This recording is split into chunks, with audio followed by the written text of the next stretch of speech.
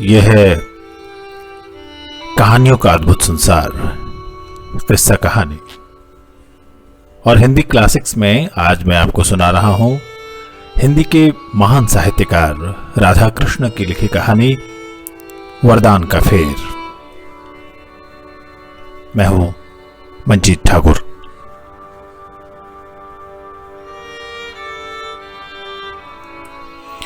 महात्मा बुद्धदेव के जन्म से पूर्व ही एक और महात्मा बुद्धदेव पैदा हो गए।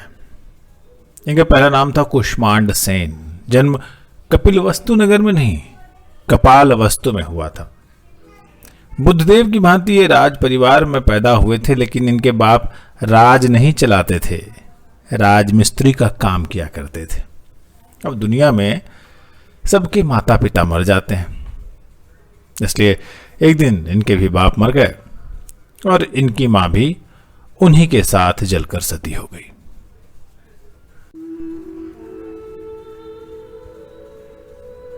अपने मां बाप के मर जाने से कुष्मांड जी धरती पर लोट लोट कर खूब रोए। जब रोने कलपने से भी इनका मिजाज ठंडा नहीं हुआ, तब घर से बाहर निकलकर पागल की तरह घूमने लगे। लौटकर घर जाते कभी नहीं जाते, और अगर घर जाते भी तो वहां खाने पीने के लिए कुछ नहीं था। बाप तो मरने के बाद इनके लिए एक करनी छोड़कर गए थे, और मां भंडार घर में एक खाली भांड रखकर गई थी। ये करनी और भांड किसी भी तरह से खाना बड़ा कठिन था, इसलिए उन्होंने अपने आप को बिल्कुल भगवान के भरोसे छोड़ दिया और दर बदर घूमने लगे। किसी ने कुछ दे दिया तो खा लिया, नहीं तो चुपके से सो रहे। पनही और पगड़ी से कोई सरोकार नहीं। एक फटी लंगोटी पहने जिसके द्वार पर पहुंच जाते, वही साधु समझकर इनके चरणों में लौट जाता था। ये किसी से बोलते चालते भी नहीं थे, इसी कारण लोगों का ख्याल हो गया था कि ये कोई पहुंचे हुए महात्मा है। इसी समय कुछ लोग इन्हें महात्मा बुद्धदेव कहने लगे। पीछे इनका यही नाम पड़ गया। एक दिन ये किसी बनिए के दरवाजे पर पहुंचे। बनिए ने आओ भगत करके कहा, महात्मा जी। बुद्धदेव का मिजाज उस दिन कुछ बम का हुआ था। तड़क कर बोले, खबरदार, मुझे महात्मा कहोगे तो मैं सिर तोड़ दूंगा। मैं बहुत मामूली आदमी हूं। अब जो आदमी साधुओं की सेवा करते हैं वे अपने मतलब से किया करते हैं। अगर कोई मतलब न हो तो सब साधु भूख के मारे मर जाएं। किसी का मतलब रहता है कि मुझे बिना परिश्रम के वैकुंठ मिल जाए। कोई धन चाहता है, कोई लड़का चाहता है, कोई निरोग होना चाहता है।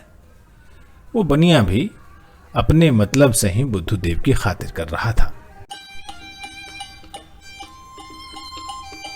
अपनी दुकान पर बैठे बैठे बेफिक्री के मारे मुटाकर भिसंड बन गया था। देखो तो ऐसे लगे जैसे भूसे का ढेर। अब यही फिक्र थी कि किसी तरह दुबला हो जाऊं। तो जब उसने देखा कि बुद्धदेव जी का मिजाज ही नहीं मिलता, तब उसने विनय से अपना काम निकाला। बोला, देखिए महाराज, बिगड़ने का काम नहीं, पहले क्रोध को थूक दीजिए, तब मेरी बात सुनिए। महात्मा जी शांत होकर बोले, अच्छा मैं सुनता हूं, बोलो क्या कहते हो। बनिया बोला, अगर दुनिया में केवल मैं अकेला आपको महात्मा जी कहता तो आप बिगड़ सकते थे। अरे बिगड़ ही नहीं, मार भी सकते थे। लेकिन जब आप देखिए दुनिया में हर कोई आपको महात्मा ही कहता है, फिर जब सब कोई महात्मा ही कहते हैं, तब केवल आपको अकेले विरोध करने से क्या होगा। आप जरूर महात्मा जी, भला आपके महात्मा होने में क्या संदेह है।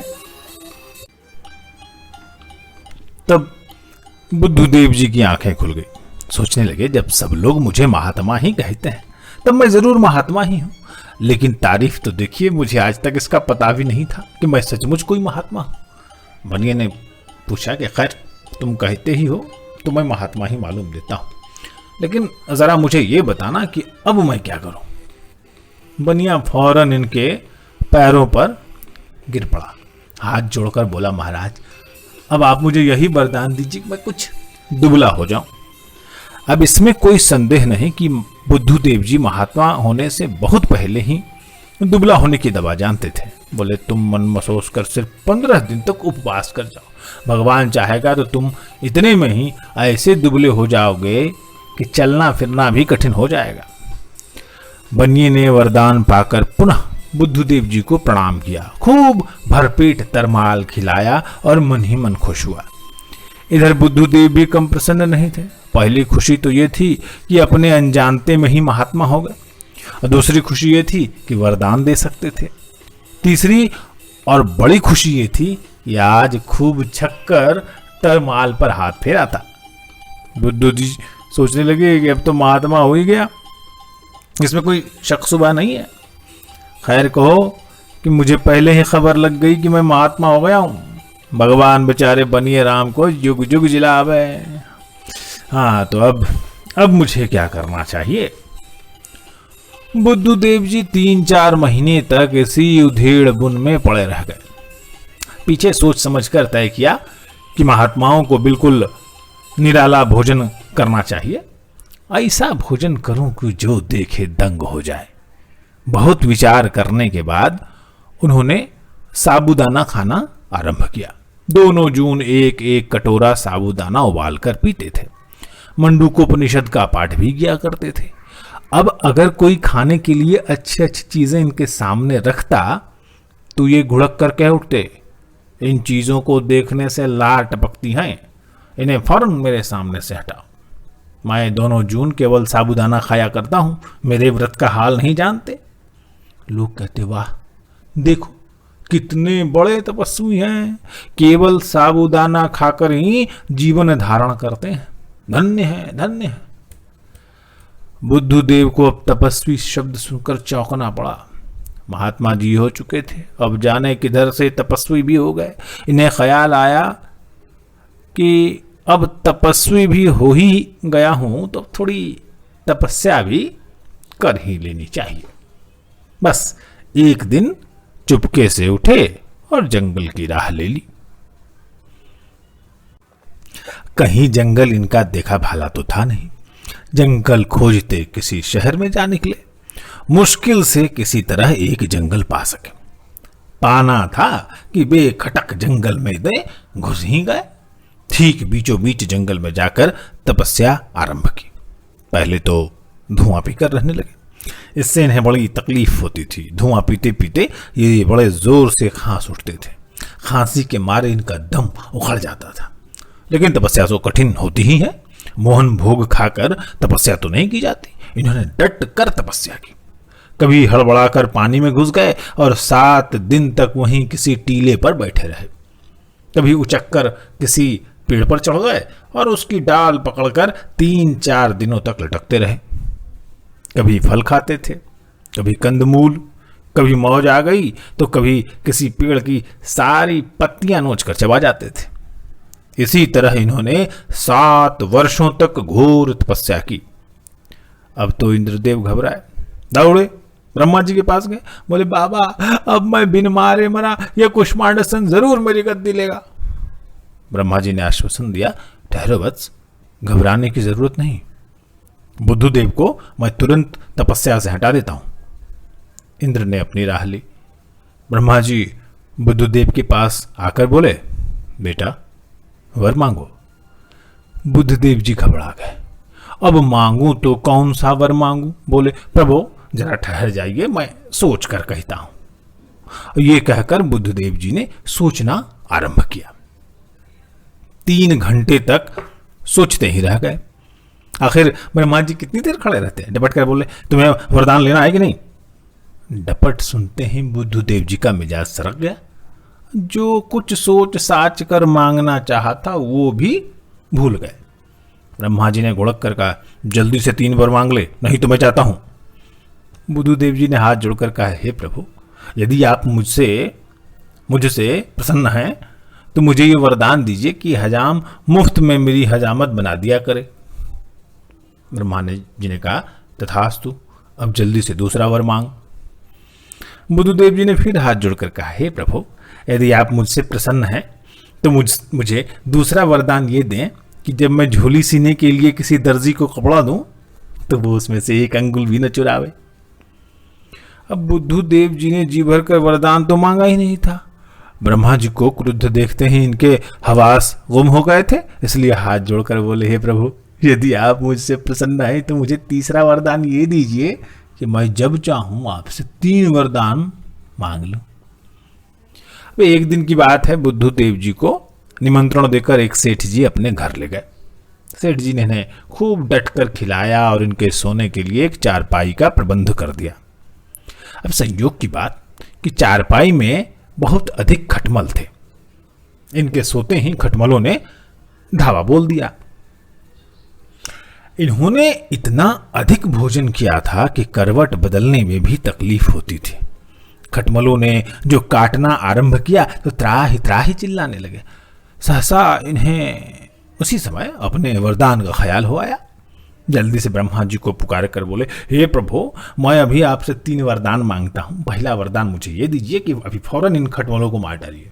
मेरा पेट अभी बहुत दुख रहा है, इसलिए मुझे वरदान ये दीजिए कि किसी वैद्य के यहाँ से पाचक की गोली मांग लाइए। और तीसरा वरदान मैं यही मांगता हूं कि जब मैं चाहूं आपसे 3 वरदान और मांग लूं। क्या करते बेचारे ब्रह्मा जी, वचन आ गए। तुरंत खटमलों को मारना शुरू किया। उन्हें यमलोक पहुंचाकर वैद्य जी के यहाँ गए, उनसे पाचक की गोली मांगकर बुद्धदेव को खिलाई, तब अपने ब्रह्मलोक को जा सके। दूसरे दिन बुद्धदेव जी कहीं जा रहे थे। रास्ते में राजा का साइस किसी घसकटे को ढूंढ रहा था। सहसा उसकी नजर बुद्धदेव पर पड़ गई। उसे पूछा, तू घसियारा है? बुद्धदेव बिगड़कर बोले, मुझे कौन घसियारा कहता है? देखता नहीं मैं महात्मा हूं। अब असल में इनकी सूरत ही बकलोल की तरह थी, इन्हें महात्मा समझना जरा मुश्किल था। साइस ने कहा, अच्छा तू घसियारा नहीं है तो जरा चलकर घोड़े की लीद तो उठा ला। इस पर बुद्धदेव जी क्रोध के मारे जलते तेल के बैगन बन गए। फौरन ब्रह्मा जी को पुकार कर बोले, अभी तुरंत इस पाजी को 3 घुसा मारिए और इसको पटक कर सिर मोड़ दीजिए। और तीसरा वरदान ये दीजिए कि जब मैं चाहूं आपसे 3 वरदान मांग लूं। ब्रह्मा जी ने सोचा, ये अजीब बुद्धू है, कोई बढ़िया वरदान तो मांगता है नहीं, मुफ्त में हैरान किया करता है। दुनिया में ये वरदान का झमेला नहीं रहता तो कितना अच्छा था। आखिर बड़ी मुश्किल से ब्रह्मा जी ने उस साइस को 3 घूंसे मारे, फिर उसे पटक कर उसका सिर मुड़ा और चले गए। इसी तरह एक दिन बुद्धदेव जी खा रहे थे। अचानक इनके मन में विचार आया कि आज बैंगन की पकौड़ी और कुछ दही बड़े होते तो कितना अच्छा होता। बस तुरंत हाथ जोड़कर बैठ गए। ब्रह्मा जी को पुकार कर बोले, हे प्रभु, कृपा करके कहीं से पाव भर बैंगन की पकौड़ियां लेते आइए। मेहरबानी करके 2-4 दही बड़े भी लेते आइएगा। और तीसरा वरदान ये दीजिए कि जब मैं चाहूं आपसे 3 वरदान और मांग लूं। इसी भांति बुद्धदेव को जिस चीज की जरूरत होती ब्रह्मा जी को पुकार कर तुरंत उसी का वरदान मांग लेते। ब्रह्मा जी को इन्होंने हैरान परेशान कर छोड़ा। आखिर एक दिन ब्रह्मा जी इन्हें फुसला कर स्वर्ग में ले गए। वहां स्वर्ग की छटा देखते ही बुद्धदेव जी मस्त हो गए। बोले, अब मैं दुनिया में नहीं जाना चाहता। ब्रह्मा जी यही तो चाहते थे, इन्हें स्वर्ग में रख लिया और उसी दिन यह कानून बनाया कि केवल भगवान के नाम पर तपस्या करने वालों को उसकी मनचाहे चीज वरदान से नहीं मिला करेगी। अगर उन्हें शौक हो तो वे उसके लिए परिश्रम करें। तब से देवलोक में यही नियम चलता है और अब किसी को भी वरदान नहीं दिया जाता, केवल वास्तविक परिश्रम का पुरस्कार दिया जाता है। आप सुन रहे थे राधा कृष्ण की कहानी वरदान का फेर। ये कहानी अपने हास्य व्यंग से पाठकों को गुदगुदाती है कि बुद्धदेव ने वरदान मांग मांग कर ब्रह्मा जी को किस तरह से परेशान कर दिया। जो आवाज़ आप सुन रहे हैं वो मंजीत ठाकुर की है और ये चैनल है किस्सा कहानी, जिसे आप सब्सक्राइब करें और लाइक करें। नमस्कार।